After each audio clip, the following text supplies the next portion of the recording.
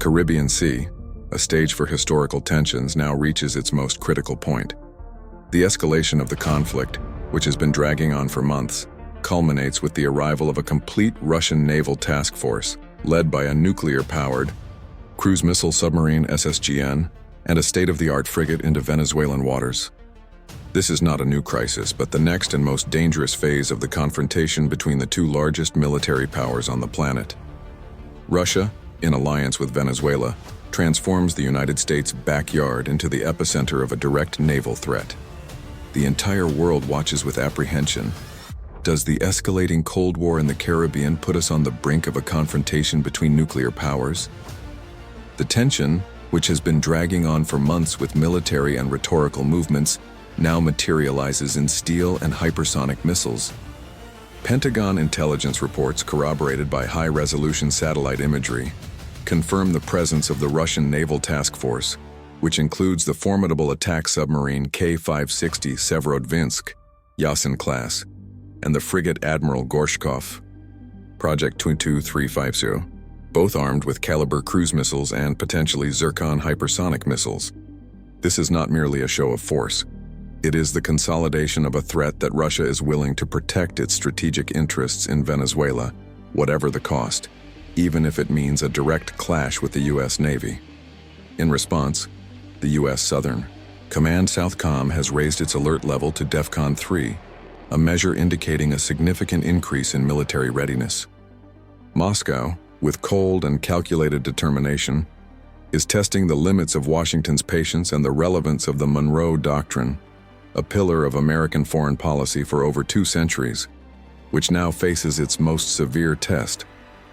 This detailed script will not only narrate the events in real time, but will also unravel the complex layers underpinning this crisis. We will analyze how this audacious Russian provocation was meticulously orchestrated over years of military cooperation with Venezuela, transforming the South American country into a strategic forward post. We will investigate the economic, ideological, and strategic motivations driving Vladimir Putin's boldness, who sees in Venezuela an opportunity to redefine the world order and divert U.S. attention from other conflict theaters.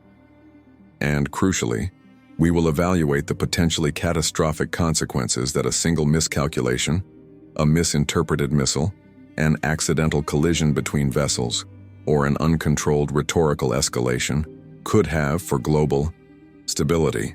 With the real risk of an armed conflict between nuclear powers, prepare to understand the true reason why Russia is provoking the U.S. in Venezuela. It is, in essence, the boldest maneuver on the vast geopolitical chessboard of the 21st century. It is a move that forces Washington to make an existential decision, placing it before an unbearable dilemma: retreat and accept the end of its undisputed primacy in the Western Hemisphere, setting a dangerous precedent for other powers, or advance and risk a direct confrontation with a rival nuclear power, with incalculable human and economic costs. Join us in this in-depth analysis to unravel the complexities of this critical moment, where rhetoric has materialized into submarines and the drums of a new Cold War resonate louder than ever. The deployment of Russian military assets to Venezuelan waters is not an isolated incident, but the culmination of a carefully planned power projection strategy by Moscow and Caracas. This move represents a direct challenge to the Monroe Doctrine and Washington's traditional sphere of influence. The presence of naval assets capable of long-range attacks so close to American shores is a declaration of intent that echoes in the corridors of global power, forcing the U.S. into a response. According to naval intelligence analyses and reports from specialized media, the Russian task force includes key elements of its fleet. The presence of the nuclear-powered attack submarine K-560 Severodvinsk, Yasin class, has been confirmed. This submarine is one of the most advanced in the Russian Navy, known for its stealth and for being a launch platform for long-range Caliber cruise missiles. The strategic threat is clear. The Severodvinsk guarantees a stealthy second strike capability against the U.S. mainland, as its Caliber missiles have sufficient range to target vital American bases in Florida, Puerto Rico, and the strategic Panama Canal. Complementing the submarine, Russia mobilized the frigate Admiral Gorshkov, Project 2235SO. This frigate is one of Russia's most modern surface ships, equipped with advanced air defense systems and, crucially, capable of carrying and launching Zircon hypersonic missiles. The presence of a ship with hypersonic capability in the Caribbean represents a new level of threat, as Zircon missiles travel at speeds exceeding Mach 9, making them virtually impossible to intercept by current U.S. anti-missile defense systems. The frigate Admiral Gorshkov and the submarine K-560 Severodvinsk act as an area denial force, raising the level of threat and the complexity of the response required by the U.S. The presence of these ships restricts the freedom of navigation and the access of the U.S. Navy to the Gulf of Mexico and the Caribbean, creating a tactical exclusion zone that directly challenges American naval supremacy in the region. The United States response was immediate and decisive. The U.S. Southern Command, SOUTHCOM, headquartered in Doral, Florida, raised its alert level to DEFCON 3, a measure indicating a significant increase in military readiness. Pentagon sources confirmed the mobilization of Carrier Strike Group 12, CSG-12, led by the USS Gerald R. Ford, CVN-78, the world's most advanced nuclear-powered aircraft carrier. This group includes the cruiser USS Normandy, CG-60, and a squadron of Arleigh Burke-class destroyers, such as the USS Thomas Hudner, DDG-116. Additionally, the presence of Virginia-class fast attack submarines, operating stealthily in the region to monitor and, if necessary, neutralize the Russian submarine threat, was confirmed. The hunt for the K-560 Severodvinsk has become SOUTHCOM's top priority, involving a complex network of sonars, P-8 Poseidon maritime patrol aircraft, and intelligence collaboration with regional allies. SOUTHCOM's official statement, while maintaining a tone of ensuring security and freedom of navigation, contained an unequivocal warning. Any state actor attempting to destabilize the region and support illicit regimes will face a firm and forceful response. This declaration made it clear that Washington would not tolerate the Russian military presence as a fait accompli. The tension in the Caribbean was not just a matter of geopolitics. It was a demonstration of raw power, with two of the world's most powerful navies on a potential collision course, raising the stakes for an imminent naval confrontation. The White House convened emergency meetings of the National Security Council, where the main concern was how to de-escalate the crisis without appearing weak, a dilemma that recalls the worst moments of the Cuban Missile Crisis. For the Nicolás Maduro regime, the arrival of Russian assets was a political victory and a reaffirmation of its defiant stance. Maduro, in a speech broadcast by Venezolana de Televisión, VTV, described the Russian military presence as an act of sovereignty and cooperation between sister nations, and a forceful response to Washington's imperialist threats.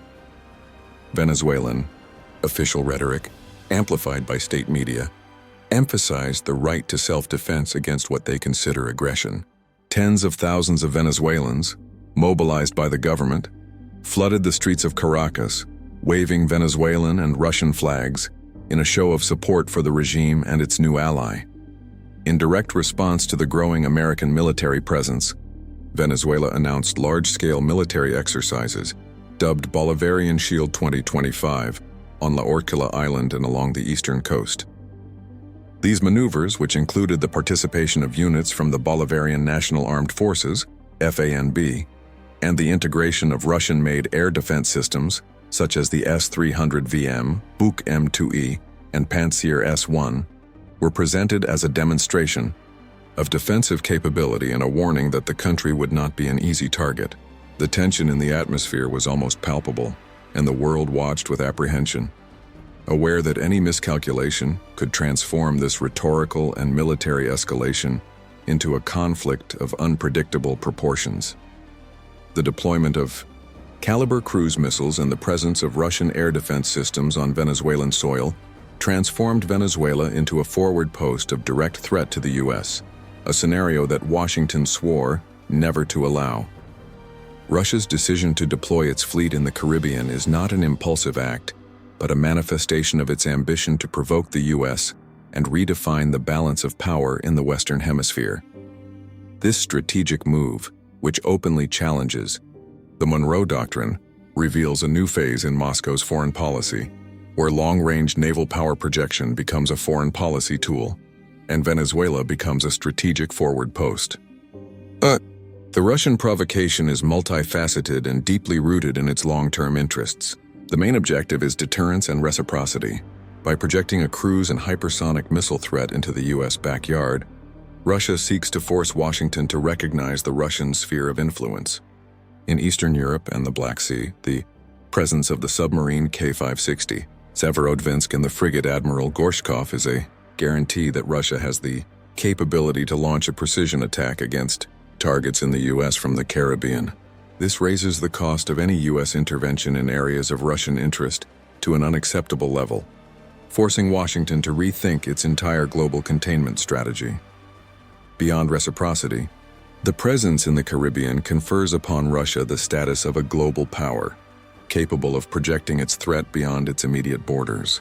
This forces the U.S. to treat Moscow not as a regional pariah, but as a global actor with direct threat capability to the American mainland. Russia is, in fact, establishing its own Putin doctrine, where its influence and threat extend globally, challenging the unipolar order. This move is a stress test for American foreign policy, which is forced to divert resources and attention from other conflict theaters to deal with an existential crisis in its own hemisphere. Russia seeks to exploit the fissures in U.S. alliances. The cruise and hypersonic missile threat places immense pressure on countries like Colombia, Brazil, and Mexico, forcing them to reconsider their reliance on U.S. protection. Russia bets that the fear of a direct conflict will cause allies to pressure Washington for de-escalation, weakening the maximum pressure stance. The crisis in the Caribbean consumes Southcom resources and attention, indirectly benefiting Russia in other conflict theaters, such as Ukraine and the Arctic. Russia thus acts as a proxy for itself, testing the response capability and resilience of American hegemony. Moscow's strategy is that of a zero-sum game, where any move by Washington to neutralize the threat in the Caribbean is perceived as a victory for Russia, either through a risky military escalation or a withdrawal that signals weakness. Russia is therefore redefining the balance of power in the Western Hemisphere, transforming Venezuela into a focal point of global tension and forcing the U.S. to a painful reevaluation of its regional primacy. In Washington, the injection of a Russian naval threat into the Caribbean was met with growing alarm. The Pentagon observes this development with great concern, as it represents a tacit violation of regional security and a direct challenge to American national security. The question hanging over the Capitol is clear: how to respond to this provocation without triggering a conflict of catastrophic proportions. Sources from the National Security Council, cited by analysts, indicate that the internal debate focuses on two main options, both fraught with existential risk. The first is the direct military response, decapitation option, which would involve a preventive and surgical strike to neutralize the submarine K-560 Severodvinsk and the frigate Admiral Gorshkov before they can launch their missiles. This option is extremely risky, as Russia could interpret any movement as the start of an invasion and retaliate with its tactical nuclear arsenal against NATO targets in Europe, or even launch a hypersonic missile from the Caribbean. The second option is extended deterrence and sanctions, which would involve increasing the military presence in the region, more aircraft carriers, more submarines, and imposing even more severe economic sanctions. This option is safer, but Moscow may view it as weakness, encouraging new provocations and consolidating the Russian military presence in Venezuela. The risk of an imminent direct confrontation lies in a miscalculation. The presence of U.S. fast attack submarines and the Russian submarine in the same area increases the chance of a sonar incident or an accidental collision, which could be interpreted as an act of war and lead to an uncontrollable escalation. The U.S. Navy is in a high-pressure submarine hunt, where failure to locate the K-560 Severodvinsk is a strategic defeat, but success could be the trigger for a war. The complexity of the Caribbean maritime environment, with its shallow waters and variable currents, favors the stealth of the Russian submarine, making the location mission a logistical and tactical nightmare for Southcom. The crisis exposes the fragility of the Allies' reliance on the U.S. security guarantee. Colombia, the main U.S. ally in the region, is under direct pressure. Russia bets that the naval threat in the Caribbean will force Colombia to distance itself from Washington, destabilizing the regional alliance. Brazil, as a regional power, is forced to take a position. Russia seeks to exploit Brazilian neutrality, while the U.S. pressures for a firm condemnation of the Russian military presence in the hemisphere. The crisis forces these allies to choose between regional security and maintaining commercial and diplomatic relations with powers that challenge American hegemony.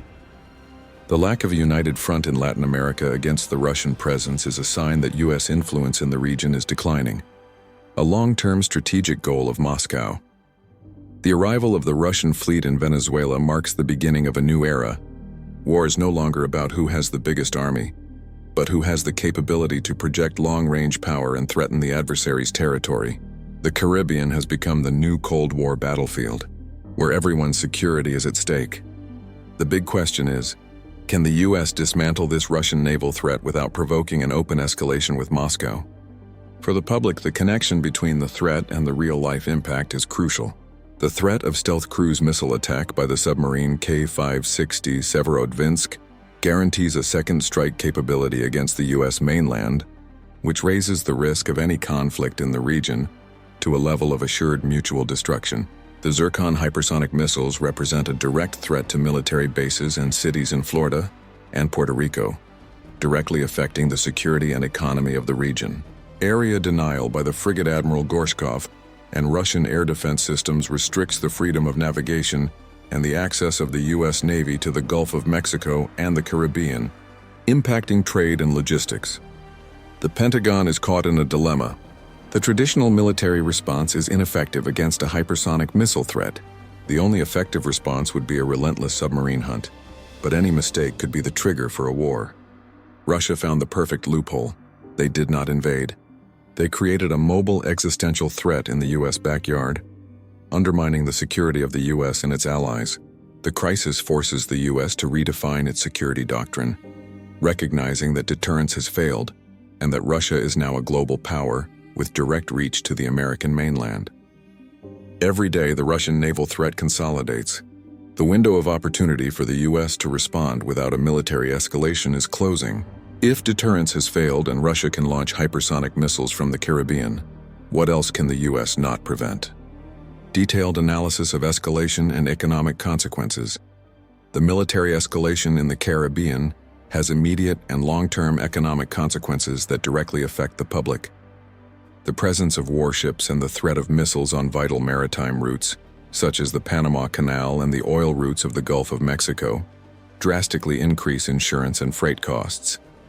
The increase in geopolitical risk in the region can lead to a capital flight and a devaluation of currencies in Latin American countries, impacting the cost of living and inflation. Russia, by creating this instability, seeks to divert global attention from its own sanctions and internal problems, using the crisis as a bargaining chip. The instability in the Caribbean threatens the energy supply for the U.S. and its allies, potentially leading to a rise in oil and gas prices, directly affecting the consumer's pocket. The crisis, therefore, is not just military. It is an economic war fought on trade routes and financial markets. The factor of disinformation and hybrid warfare. Russia, in alliance with Venezuela, is also employing hybrid warfare and disinformation tactics. Venezuelan state media, with the support of Russian propaganda networks, are flooding social media with narratives that seek to undermine the confidence of the American and Latin American public in the U.S.'s ability to protect the region. Disinformation focuses on exaggerating Russian military capability and portraying the U.S. as the imperialist aggressor. The goal is to create a social and political fracture in the U.S. and its allies, making a military response more difficult and unpopular. Russia understands that modern warfare is fought both on the physical battlefield and in the field of public perception. The crisis in the Caribbean is, therefore, a laboratory for hybrid warfare, where the naval threat is combined with information manipulation to achieve strategic goals. The current crisis is often compared to the Cuban Missile Crisis of 1962, but with a crucial difference. In 1962, the Soviet Union backed down. Today, Russia, a nuclear power seeking to restore its imperial glory, is challenging the US with a mobile and stealthy threat. The Putin doctrine, which manifests in this provocation, is the belief that long-range naval power projection and the direct threat to the American mainland guarantee the regime's survival and elevate its international status. Russia is, in fact, rewriting the rules of deterrence, showing that unpredictability and audacity can be more effective than conventional military power. The crisis in the Caribbean is a somber reminder that the Cold War never ended. It only evolved into a new, more dangerous phase, with more actors willing to test the limits. The U.S. long-term response, strategic reconfiguration. In the long term, the crisis will force the U.S. into a massive strategic reconfiguration. Southcom, traditionally a lower priority area compared to Indo-PACOM and EUCOM, will have to receive a massive influx of resources, including more attack submarines, patrol aircraft, and anti-missile defense systems. The Monroe Doctrine, which promised the exclusion of external powers from the Western Hemisphere, is being existentially challenged. The U.S. response cannot be just military. It must be a combination of diplomatic pressure, economic sanctions, and an information campaign to neutralize hybrid warfare. The future of American security and global stability depend on how Washington manages this unprecedented crisis, where the Russian threat is literally at its doorstep. The end of uncontested primacy. Russia, by creating this crisis, has achieved a fundamental strategic goal: the end of the U.S.'s uncontested primacy in the Western Hemisphere. The presence of a Russian fleet in Venezuela is a symbol that the unipolar world order is over. The crisis forces the U.S. to accept that it can no longer dictate the rules of the global game. Russia is using Venezuela as a pawn to force the U.S. to accept the new multipolar reality, where powers seeking to restore their imperial glory can challenge American hegemony in its own territory. The crisis in the Caribbean is the harbinger of a more dangerous and unpredictable world, where the naval threat is a foreign policy tool and deterrence is a high-risk game. The need for a diplomatic solution and the risk of error, despite the military escalation. The only safe way out of the crisis is diplomacy. However, Russia and Venezuela have no incentive to back down, as the crisis gives them unprecedented bargaining power. The risk of a miscalculation, a sonar misinterpreting a noise, a test missile going off course, or an accidental collision is what keeps the world in suspense. The crisis in the Caribbean is a somber reminder that global peace is fragile and that the next war may begin with a sonar whisper in the deep ocean. Threat to critical infrastructure. The Russian threat in the Caribbean is not limited to direct military attacks. Russia is known for its cyber capabilities.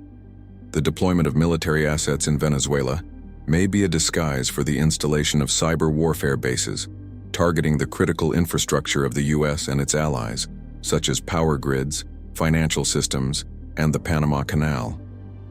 A cyber attack coordinated with the naval threat would create a scenario of chaos and paralysis, forcing the U.S. into a disorganized response. The crisis in the Caribbean is, therefore, a multi-dimensional threat, combining naval power, hybrid warfare, and cyber warfare. The impact on global public opinion. Russia and Venezuela are using the crisis to influence global public opinion. The narrative is that the U.S. is the aggressor power, and Russia and Venezuela are sovereign nations defending themselves. This narrative finds resonance in countries that oppose American hegemony, undermining international support for the U.S. The crisis in the Caribbean is a battlefield of narratives where truth is the first casualty. Russia is using the crisis to position itself as the leader of a global anti-hegemonic movement, a development that may have long-term consequences for the world order. The relevance of the Monroe Doctrine in the 21st century. The Monroe Doctrine, which for 2 centuries was the pillar of American foreign policy in the Western Hemisphere, is being existentially tested. The presence of a Russian fleet in Venezuela is proof that the doctrine has failed. The crisis forces the U.S. to redefine its policy toward Latin America, which can no longer be based solely on the exclusion of external powers, but rather on building solid alliances and economic cooperation. Russia is using the Monroe Doctrine as a symbol of American arrogance, and the crisis in the Caribbean is its symbolic funeral. The factor of Vladimir Putin's unpredictability. Vladimir Putin's unpredictability is a key factor in the crisis. Unlike the leaders of China and North Korea, Putin is known for his calculated decisions, but his willingness to take extreme risks makes the crisis dangerous. This unpredictability makes the crisis more dangerous, as the U.S. cannot rely on traditional deterrence models. Russia is using its reputation as a pariah state as a strategic weapon, forcing the U.S. to treat it with extreme caution. The crisis in the Caribbean is a game of nerves, where Russia has the advantage of unpredictability. The crisis as an opportunity for Russia. For Russia, the crisis in the Caribbean is a golden opportunity. It allows the country to divert attention from its internal problems, gain financial and technological support from Venezuela and other allies, and force the U.S. to recognize its global power status. The crisis is a low-cost, high-return strategic investment for Moscow. Russia is using the crisis to consolidate itself as a global actor, a development that will have long-term consequences for international security. The need for a coherent communication strategy. The U.S. response to the crisis must include a coherent communication strategy to neutralize Russian and Venezuelan disinformation. The White House must be transparent about the threat, but avoid the rhetoric of escalation that could be used by Moscow. Communication must focus on defending regional security and cooperating with allies. The crisis in the Caribbean is a test of the U.S.'s ability to lead in the 21st century, where communication is as important as military power. The future of nuclear deterrence. The crisis in the Caribbean redefines the future of nuclear deterrence. Russia has demonstrated that deterrence is no longer a game between great powers, but a game that can be played by powers seeking to restore their imperial glory. The crisis forces the world to rethink nuclear proliferation and the need for a new arms control regime.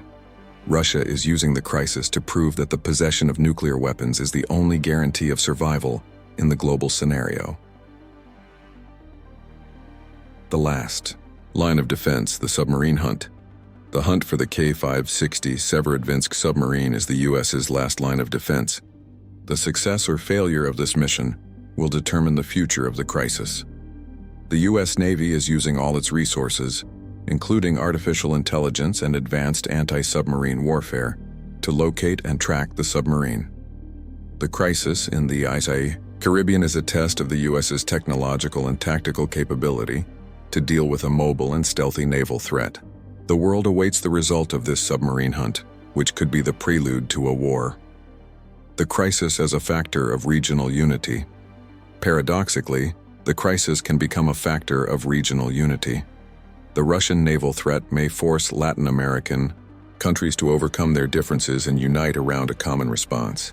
The crisis may be the opportunity for Latin America to build a more robust regional security architecture, independent of U.S. hegemony.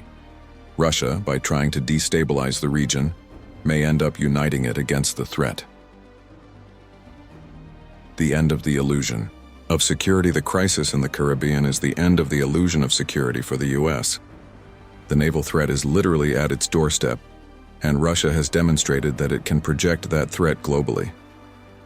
The crisis forces the U.S. to invest more in defense and reevaluate its strategic priorities. Russia is using the crisis to prove that American security is no longer guaranteed, a development that will have long-term consequences for U.S. domestic and foreign policy. The crisis as a test for global leadership. The crisis in the Caribbean is a test for global leadership.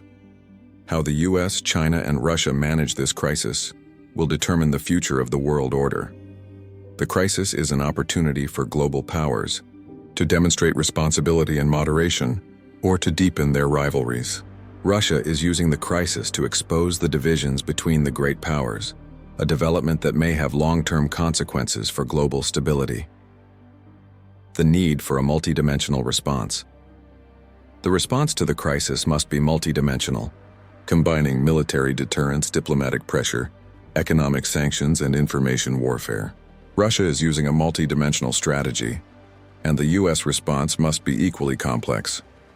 The crisis in the Caribbean is a reminder that modern warfare is fought in multiple domains, and victory requires a comprehensive and coordinated strategy. The future of Venezuela in the global scenario. The crisis in the Caribbean elevates Venezuela's status in the global scenario. The country becomes a focal point of global tension, and the Maduro regime gains unprecedented bargaining power. Russia is using Venezuela as a pawn to force the U.S. to negotiate with the Maduro regime, a development that may have long-term consequences for Venezuela's domestic and foreign policy. The crisis as a global alert. The crisis in the Caribbean is a global alert about the dangers of naval power projection and hybrid warfare. Russia has demonstrated that the naval threat is no longer a regional problem, but a global problem that affects everyone's security.